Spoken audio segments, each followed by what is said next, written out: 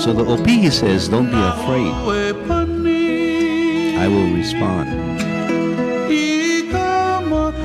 I will cover the eyes of the eel.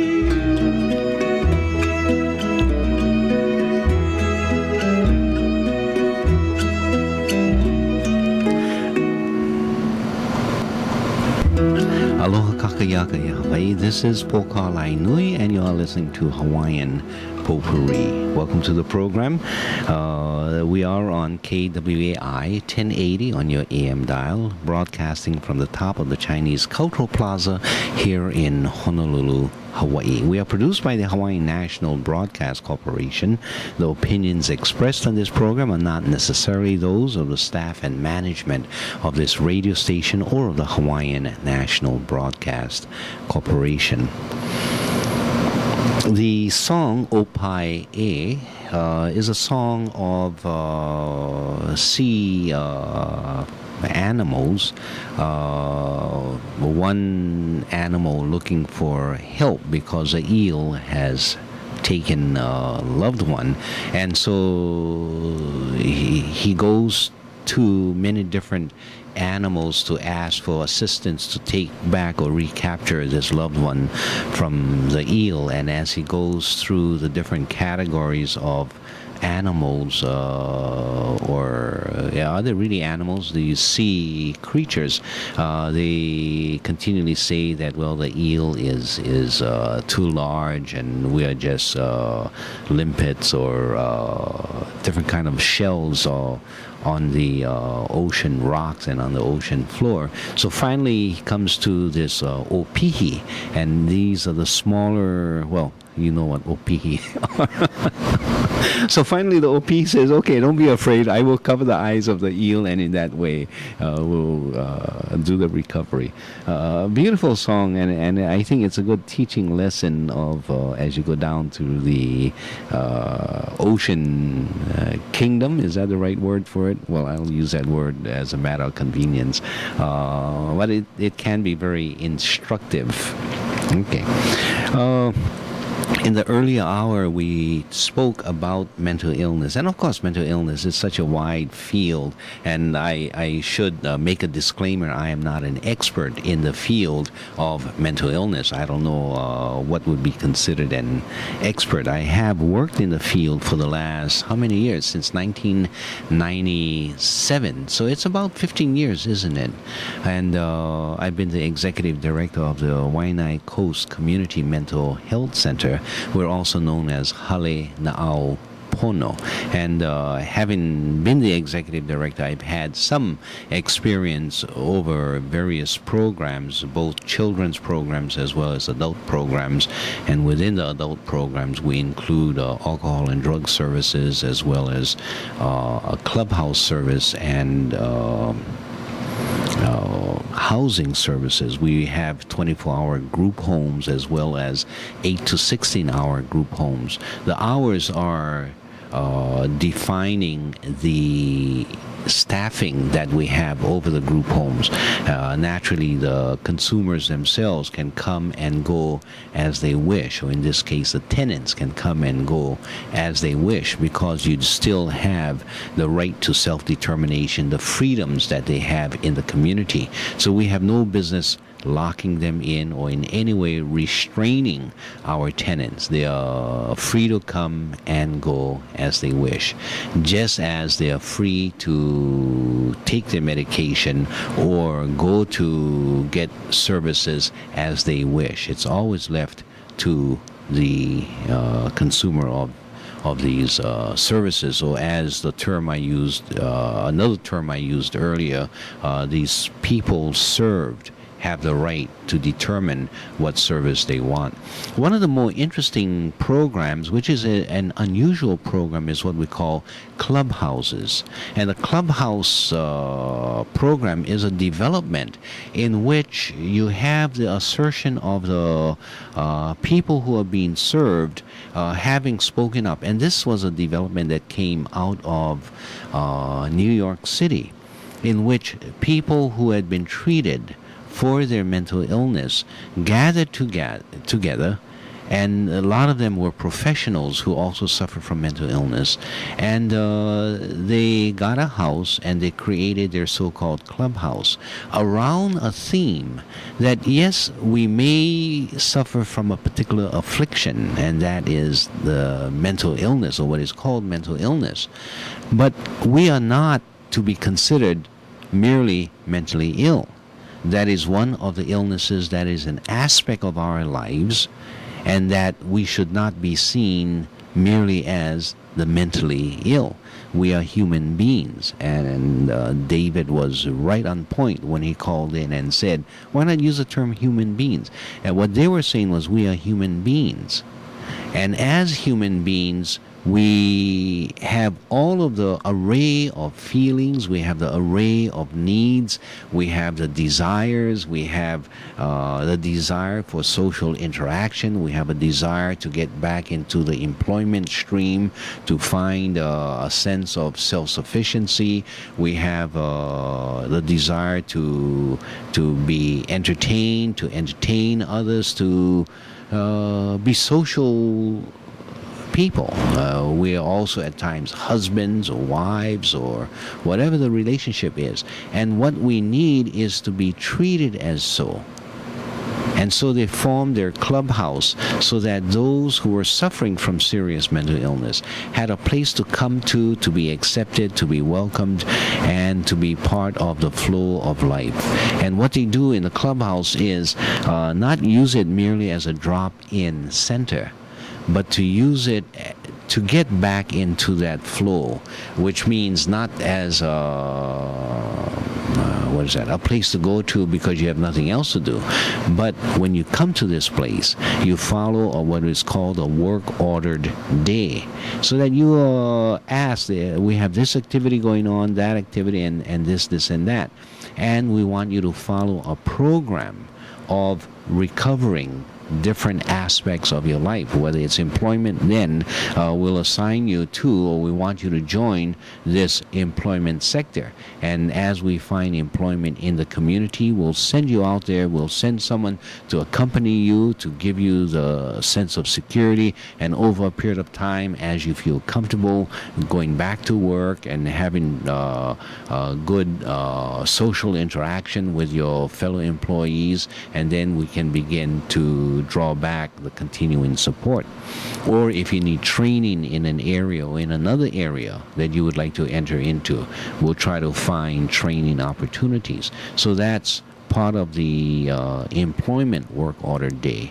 Then you have facilities for food preparation, which may also tie in with employment. But to learn about what is an appropriate diet, how to prepare food, how to prepare it appropriately, how to interact with other people also preparing food, how to provide food service, how to serve tables, how to be an appropriate consumer of the food, how to interact with the general population in a way that you do not allow their stigmatizing of a person with mental illness, and how you do not allow yourself allowing the stigmatization, or you yourself stigmatizing yourself as, oh, I'm mentally ill, so I cannot do this, or I cannot do that. And so this clubhouse is a different approach for essentially treatment, although they don't like calling it treatment. Instead, they call it what sometimes we call psychosocial rehabilitation, a long word, but in essence, it's to bring people back into the flow of life, whether it's going back to school or getting a job or whatever it is. So that clubhouse development is a very important aspect of at least our treatment for the seriously mentally ill. And oftentimes it's not seen because generally clubhouses will not allow a psychiatrist to come and visit at the clubhouse, or nurses to come and visit, because they want to separate the clinical aspect from the clubhouse or the psychosocial rehabilitation aspect. Okay. At Halinao Pono, I'm not willing to be so strict in terms of that separation. And when appropriate, I will allow these kinds of interactions with the consent of the consumer and with the consent of the people who are in the clubhouse. So there are various variety of ways of operating, especially when you're an independent organization, not controlled by the state or not controlled by others. Then you can allow yourself this flexibility. But with that flexibility goes the punishment of not getting certain resources either from the state or whoever may be providing the resources. So while we have beautiful dreams and we think we know the field of mental health services, there are repercussions in that those people who control the funds, who control the money, may not be willing to be so cooperative. One of the things I'm trying to, I have in fact brought about as part of our policy, I've said any medical prescription that is written for any of our clients by our agency, the prescribing physician must also provide a natural alternative to such medication. I do not believe that we should be slaves or servants to the pharmaceutical companies. I do not believe that we should be slaves or servants to even the medical profession. But it seems that when we talk about the health care service providers, what are we talking about? We are only talking about supporting the pharmaceuticals and the healthcare system. We are not doing enough to empower the clients, the human beings that we are servicing, to overcome, to recover from their illness. I gave you the example of how for many years I've been on medication for diabetes.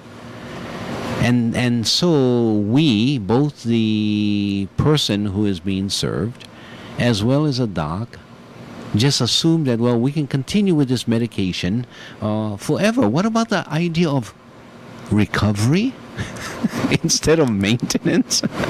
Isn't that an interesting concept, that we could recover from this illness?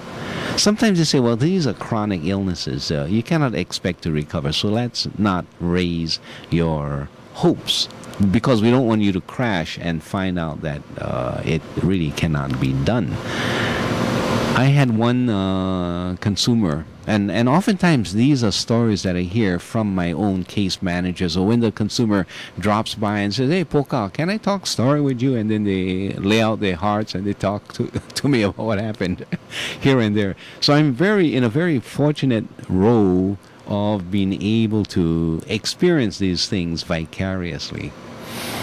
So the story is that the case manager is telling the consumer, do not plan on getting a bachelor's degree in college, because you can't do it. You didn't even graduate from high school, and now you're planning on getting a bachelor's degree? The consumer insists, I am going to college and I'm going to get my degree. And the case manager will not support the consumer in that direction. So finally, the consumer tells the case manager, why are you stopping my development in this area by you setting limitations on me and not believing in me while I want to expand? You are the only obstacle to my goals. The case manager finally agreed to set it aside and support the consumer. I don't know in this case if the consumer was able to get her bachelor's degree, but sometimes the service provider and the service provider's expectations will limit the services or the advancement that the consumer can make. Did you know that you actually do not need a high school diploma to enter into the University of Hawaii or into our colleges? There is a way of simply applying and getting in. If you pass the minimal requirements, which do not include a high school degree, and that's my understanding, you can get into college. The case manager had not realized that, believing that, hey, you need your high school degree. Sometimes his clients are very informed of these things in the case manager. I had a client, but it was in a different circumstance. He was in jail in federal prison, and he got his associate degree without graduating from high school here in Hawaii. And he was so proud of the fact that he got his associate's degree. And it's an accomplishment. Good for him, without others setting limitations. Another example is I spoke with one of our psychiatrists, and he came in and he saw me and he just shook his head. He said, I can't understand it. I've been working with this guy for a few years, and every time he comes to me and he presents to me, he cannot interact with his fellow human beings. And it's because of his psychiatric condition, and so I've been treating him and trying to give him the appropriate medication, and this is how it's been going. However, this weekend, I just went down to, I think it was Kmart or Walmart, and I came across this person. And he was at that point fully engaged. I think he was working there, and he was fully engaged with consumers and with others, and he must have had some friends, but he was talkative and fully engaged. There was no sign of his illness. And I looked at him, and I had to go up closer to see that this was indeed the person that I was providing services for. And he says, I just cannot understand it. So he begins to question his own professional abilities. Well, it's not his professional abilities that he should question, or perhaps it is. But and so when I spoke with one of our high school graduates who was, and we promoted her to the highest level of case management services, and so Auntie Annie, who had been working with Hale and Pono for many, many years, she grew up in the community. She could read the clients back and forth. She could even read the psychiatrists back and forth. And she says, see, Poka, it's really important what your expectations of the clients are, because it is that expectation in which they will respond. If you expect them to be low, to not know this and not know that, when they come and they present to you, they want to meet your expectation. They will act exactly as you expect them. If they are coming for their medication monitoring, we call it. So every month they come in, the doctor says, well, how's this? How's your medication? This, and that. Then write them another script or prescription, and off they go. So when the guy comes in to see the psychiatrist, he expects the psychiatrist to expect that he is operating at a certain level. And so he will please the psychiatrist, saying, yes, this is how I'm operating. Give me the same medication. Or give me a little bit more or maybe less. But it's all based on that relationship. But when he's outside with his friends, the friends expect him to operate in a totally different way, and he will meet that expectation. And this is the wisdom that comes from the people who are actually doing the service. You're not going to learn this in the School of Social Work. You're not going to learn this in the School of Psychiatry or the medical school or anywhere else, but it is a school of hard knocks. It is a school of experience. It is a school of being a human being along with other human beings. Okay, sorry for that extended lecture. I do note that we do have a caller on the line, so let's go immediately to the caller. Aloha, caller. Thank you for waiting. Welcome to the program. Yeah, good morning. Aloha. Good morning. In regards to these persons going to college, now, in the case of this, say, a murder criminal in prison, I suggest he go before Judge Richard Perkins, and maybe Judge Richard Perkins could force the court to allow this person to go to University of Hawaii or to community college under escort of a prison guard so he can go to college.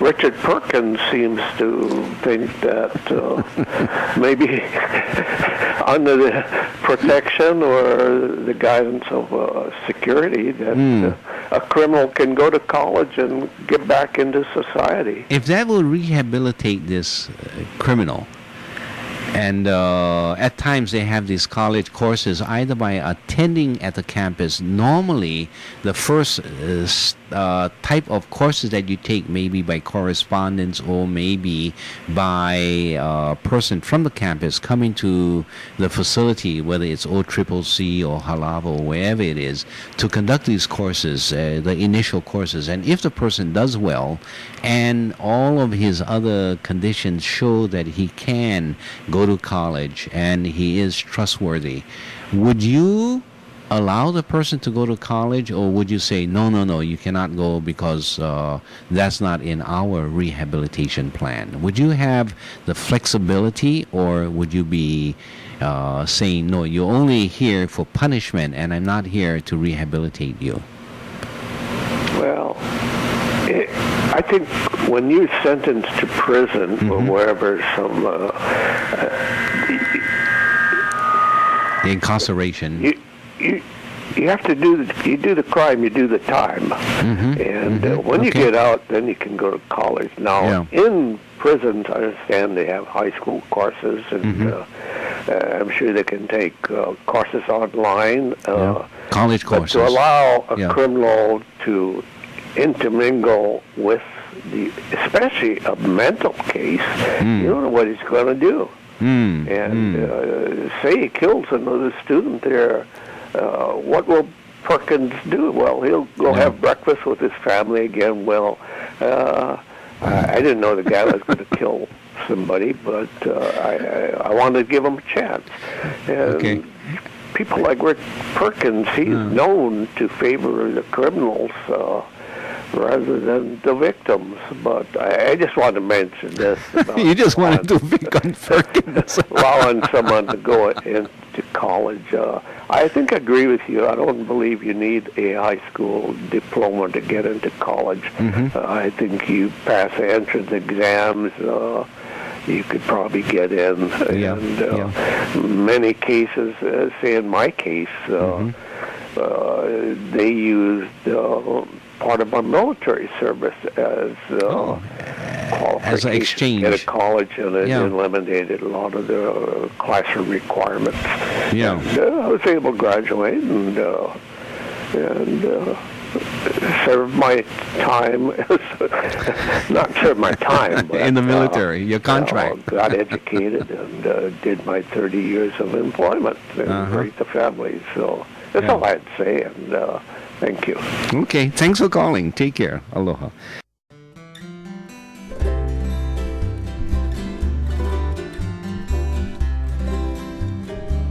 Kaulana na pua o Hawaii, Kupa ama hope o ka aina, Iki mai ka elele o ka loko ino, Pala pala anunu me ka paka.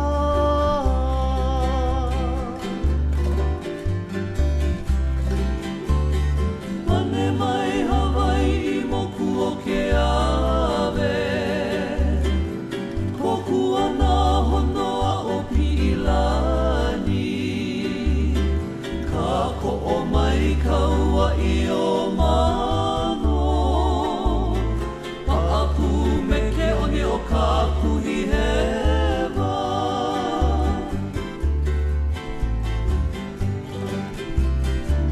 Aolea e kau I ka pulima, Maluna o ka pepa o ka enemi, Po'ohui ai nā ku ai hewa, I ka pono sivila a o